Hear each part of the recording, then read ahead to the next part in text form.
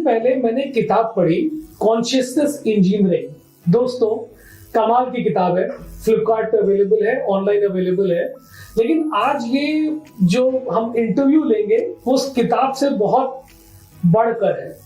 मैंने वो किताब पढ़ी, किताब पढ़ने के बाद मुझे लगा कि ये राइटर कौन है, इसको मैं ढूंढता हूँ। राइटर का नाम लिखा हुआ था सतीश शुक्ला जी। मैंने ढूंढना शुरू किया। आज हमारे साथ सर हैं। Ideally I should call sir colonel Satish Shukla. Sir को 21 लॉन्ग इयर्स ऑफ एक्सपीरियंस है आर्म फोर्सेस में, और सर ने बहुत सारे operations, anti terrorist operations, anti insurgencies operation किए।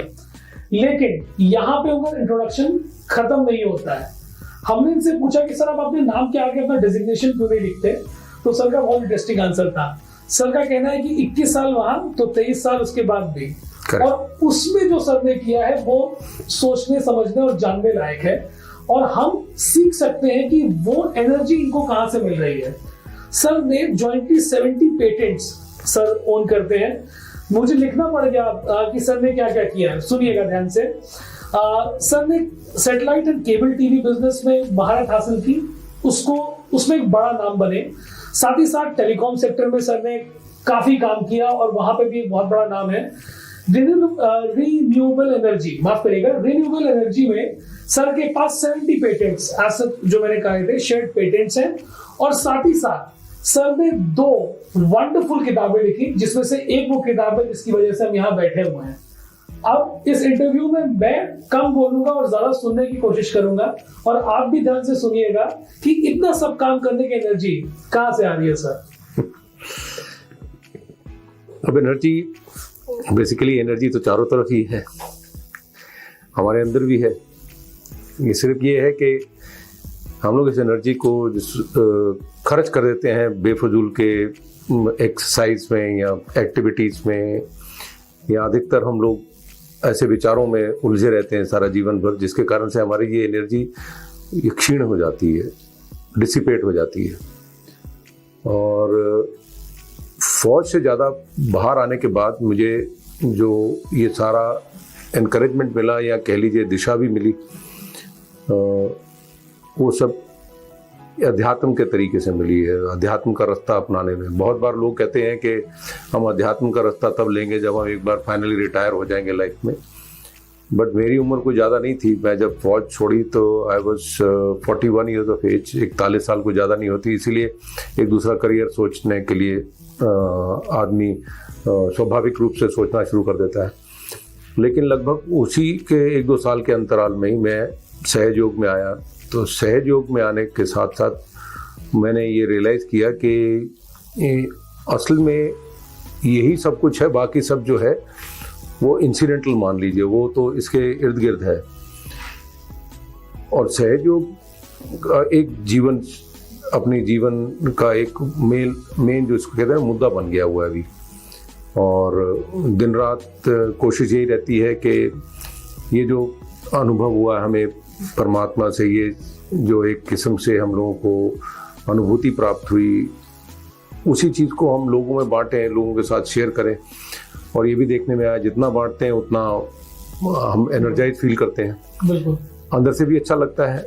तो जब आपको स्वाभाविक रूप से अंदर से अच्छा लगेगा तो आप automatically you will feel young, you will feel energize. तो एक ये लाइफ बन गई है। और अब समझ में आता है कि जीवन का मूल क्या है। मूल ये नहीं है कि हम लोग जो सुबह से लेकर शाम तक मजदूरी में लगे रहते हैं, और कई बार ये लगता है कि हमने बहुत बड़ा काम कर लिया, आज सुबह से शाम तक हमने बिजनेस में काम कर लिया है, या पढ़ाई लिखाई में जिन्होंने काम करना है, या अपने प्रोफेशन में काम करना है। हर एक को अपनी अपनी अचीवमेंट्स नज़र आती हैं। बट असल में जब जिस एंगल से अभी हम देख रहे हैं लाइफ को, एक सहज पद्धति से, तो वो जीवन शैली ही बदली हो गई है। तो अप्रोच चेंज हो गया है। हम लोगों को ये लगता है कि अगर हम दूसरी चीज़ों की तरफ ज़्यादा ध्यान देंगे और उसमें उलझे रहेंगे तो हमें तब एनर्जी ड्रेन होती नज़र आती है, महसूस करते हैं। तो अपने आप में ये जो है ये लाइफ है, सहज की लाइफ जो है वो मेन है। बाकी चीज़ें जैसे अब बिजनेस कर रहे हैं, अपने प्रोफेशनल लाइफ बिता रहे हैं, तो ये सेकेंडरी है। और देखने में ये भी आया है कि अगर हम सहज भाव से हम लोग की लाइफस्टाइल चलता रहेगा तो आपके बाकी के काम जो है वो सुचारू रूप से चलेंगे। और जैसे आप इस किताब की बात कर रहे थे, कॉन्शियसनेस इंजीनियरिंग की बात कर रहे थे, कॉन्शियसनेस इंजीनियरिंग भी वही चीज़ है। असल में क्या है कि हमारे अपने शारीरिक हमारी बनावट ऐसी है, ये जो शरीर बाहर से दिखाई देता है ये तो स्थूल शरीर हो गया, इसके अंदर हमारे एक सूक्ष्म यंत्र बना हुआ है जी, जिसको हम सटल सिस्टम भी कहते हैं। इसके दो पहलू हैं या दो संस्थाएं हैं। एक हमारा बाएं तरफ है जिसको इमोशनल साइड कहते हैं, राइट। एक हमारा राइट साइड है जिसको हम आप कह सकते हैं कि एक्शनेबल, जो हम क्रियान्वित रहते हैं सारा दिन, वो, और लॉजिकल साइड भी बोलते हैं साइंटिफिक अप्रोच के तौर पर। तो बायां साइड अगर हमारा इमोशन का है, प्यार का है, क्रिएटिविटी का है, मतलब हम creativity as in not with your hands, मतलब हाथ से क्रिएटिव नहीं, आप आंतरिक रूप से आर्टिस्टिक जो फ्लेवर होता है हर एक में, वो आपका लेफ्ट साइड से आता है। लेकिन वही साइड हमारी एक इच्छा शक्ति का भी डायरेक्शन होती है। राइट साइड जो है हमारी वो क्रिया शक्ति का डायरेक्शन है। तो जो भी कुछ हम इच्छा करते हैं उसको हम बाएं से इच्छा करते हैं तो दाहिने से हम क्रियान्वित करते हैं। तो एक्शन में लाने के लिए दाहिने साइड इस्तेमाल होता है। आमतौर पर देखा ये गया है कि हम लोगों की अप्रोच ऐसी होनी शुरू होगी इस मटेरियलिस्टिक दुनिया में कि हम लोग कहते हैं, बात बात पर ये कहते हैं कि भाई इसका कुछ तथ्य निकलता है। तथ्य कैसे निकलना चाहिए? हर चीज़ से पैसा आना चाहिए या हर चीज़ का कुछ हमको कोई बेनिफिट मिलना चाहिए, डायरेक्ट बेनिफिट, चाहे कैश में, काइंड में, कोई भी। हमारा जीवन पूरा उसी के इर्द गिर्द घूमता रह जाता है। जबकि अध्यात्म को हम कुछ नहीं मानते कि परमात्मा का नाम लेना या परमात्मा की तरफ रुझान करना, उन चीज़ों को हम अहमियत देते नहीं, वो हमारे लिए वो इम्पोर्टेंट नहीं होता है। तो ये जो चीज़ें हैं हमको सहज में आने के बाद में ये समझ में आता है कि दोनों पलड़े जो हैं वो बराबर चलने पड़ते हैं। जब तक हमारे ये दोनों पलड़े बराबर नहीं चलते हम बैलेंस में नहीं रह पाते हैं। और बैलेंस में रहने से ये एक फ़ायदा होता है कि आप कभी भी किसी एक तरफ झुकाव नहीं होगा आपका, तो आपके जो भी काम काज करने का तरीका होगा वो आप बहुत ही सुचारू रूप से कर पाएंगे और आपका रिजल्ट भी हर चीज़ का अच्छा आता है। राइट सर, कई लोग बिलीव करते हैं, और क्योंकि मैंने भी अपनी लाइफ में कहीं कहीं इसको सामने आते हुए देखा है। आप इसको चाहे मैनिफेस्टेशन कह लें, चाहे इसको लॉ ऑफ अट्रैक्शन कह लें जो आजकल बहुत फेमस है, और चाहे इसको एक बिलीफ सिस्टम कह लें। तो सर क्या आपके हिसाब से ये काम करता है कि मतलब अगर हमें कोई चीज़ चाहिए और वो कहते हैं ना कि पूरे दिल से चाहो तो कायनात मिलाने में लग जाती है, आपके हिसाब से क्या ऐसा होता है? ये सवाल आपका बहुत ही बढ़िया है। मैं अगर सहज योग में नहीं होता तो मैं इसको बड़े अलग एंगल से जवाब देता, उसके लिए भी जवाब था, बट उसके ऊपर मैं समय नहीं बर्बाद करेंगे। जो हम कहते हैं ना कि जब हम कुछ दिल से चाहते हैं किसी चीज़ को और बहुत गहरा चाहते हैं तो पूरी कायनात आपको मदद करती है उसमें। ये अभी अतिशयोक्ति नहीं रह जाता जब हम सहज में आते हैं।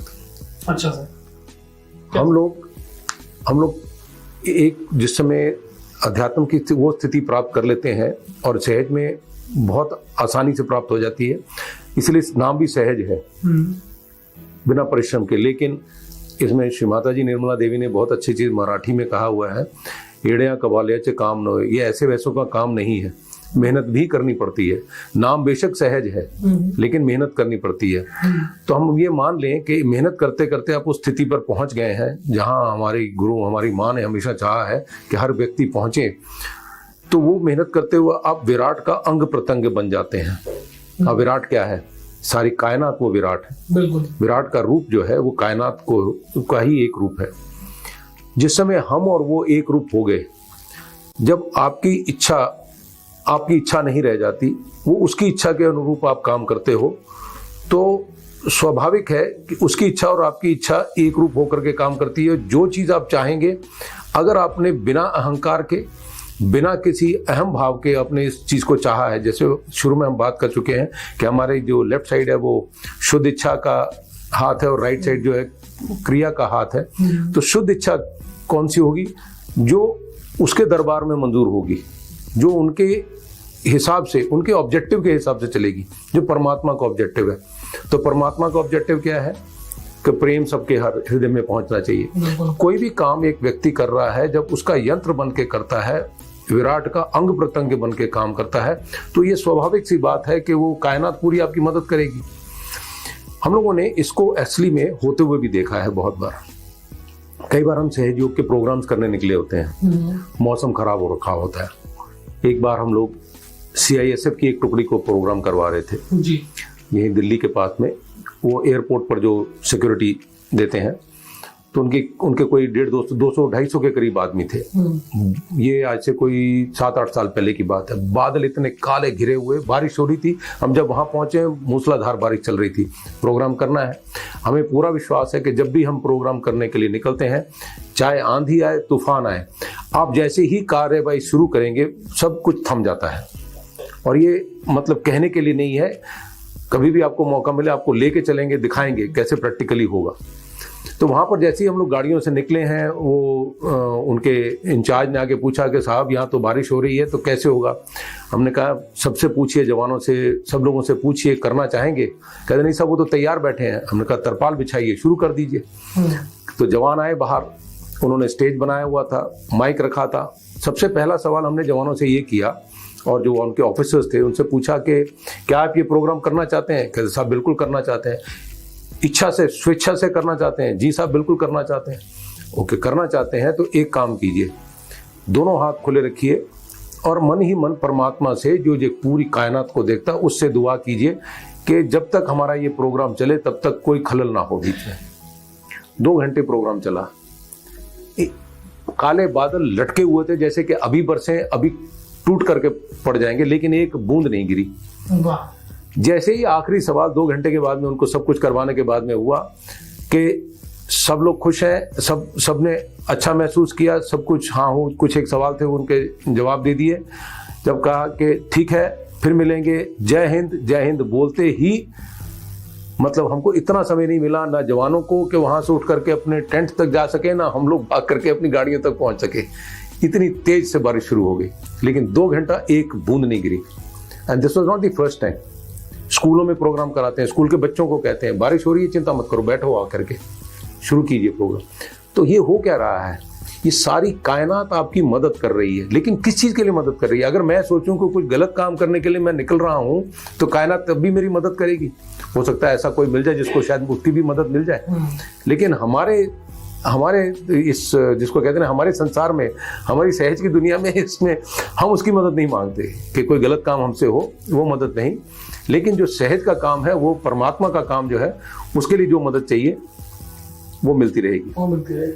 सर, लेकिन एक सवाल मेरे दिमाग में बार बार आता है कि अभी अगर आप दुनिया में देखें तो खासकर इस दुनिया में जो लोग गलत काम कर रहे हैं, जो लोग एक तरीके से पाप कर रहे हैं, या हमको विजिबली दिख रहा है कि ये तो गलत इंसान है, लेकिन तब भी उसको सक्सेस मिलती चली जा रही है, ऐसा क्यों? ये भी बहुत अच्छा सवाल है आपका।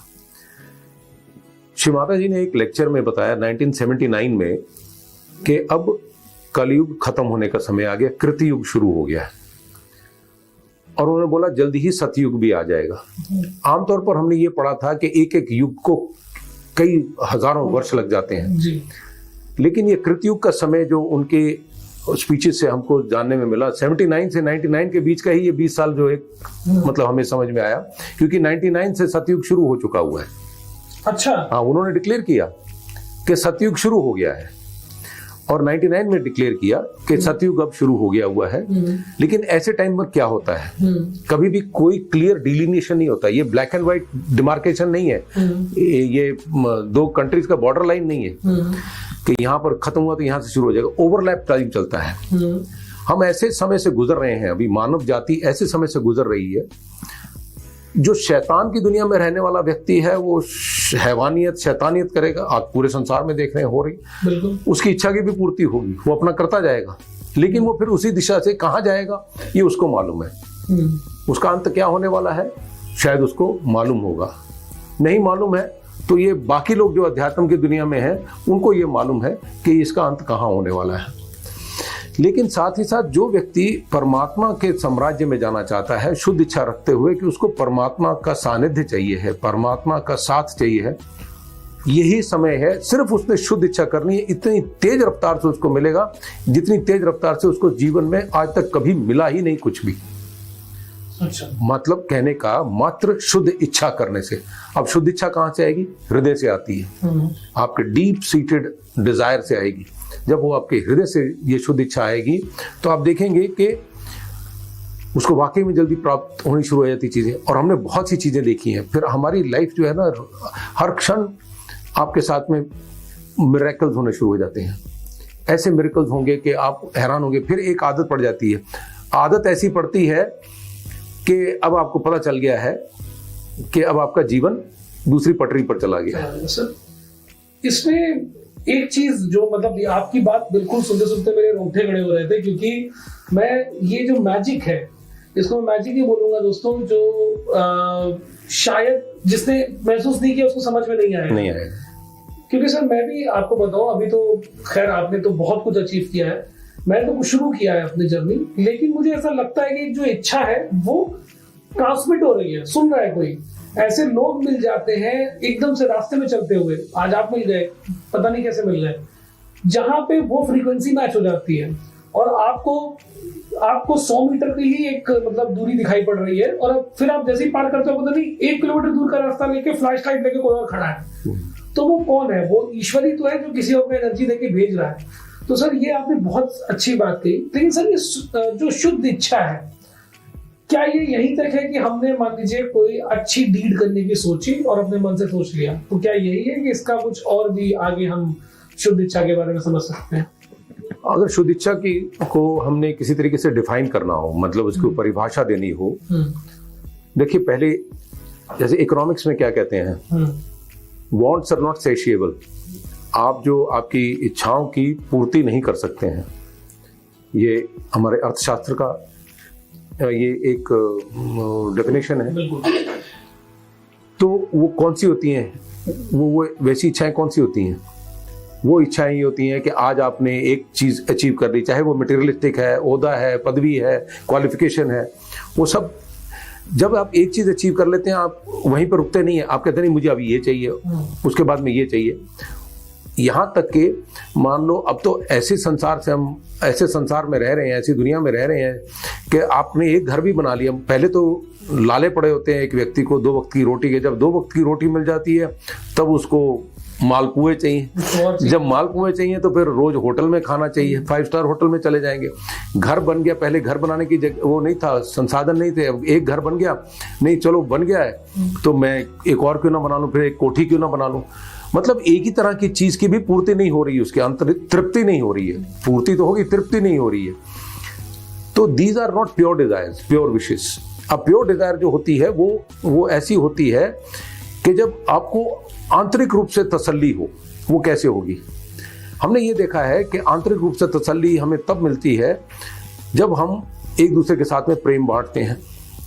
लगता है कि ये जितनी बार हम करने जाते हैं दिल भरता है, खुशी होती है आंतरिक रूप से, और सारा दिन बड़े अच्छे से चलता है। आप एक बिल्कुल शांत उसमें रहते हैं, और साथ ही साथ फिर अंदर से ये इच्छा हो रही होती है कि और लोगों में बांटें, और लोगों में बांटें। जितना प्रेम बढ़ता जाता है आपके आंतरिक रूप से, जिसको कहते हैं ना सेटिस्फैक्शन जो है, वो बढ़नी शुरू हो जाती है as compare to materialistic desires. वहां पर सेटिस्फाई होते नहीं है, यहाँ सेटिस्फैक्शन होती है।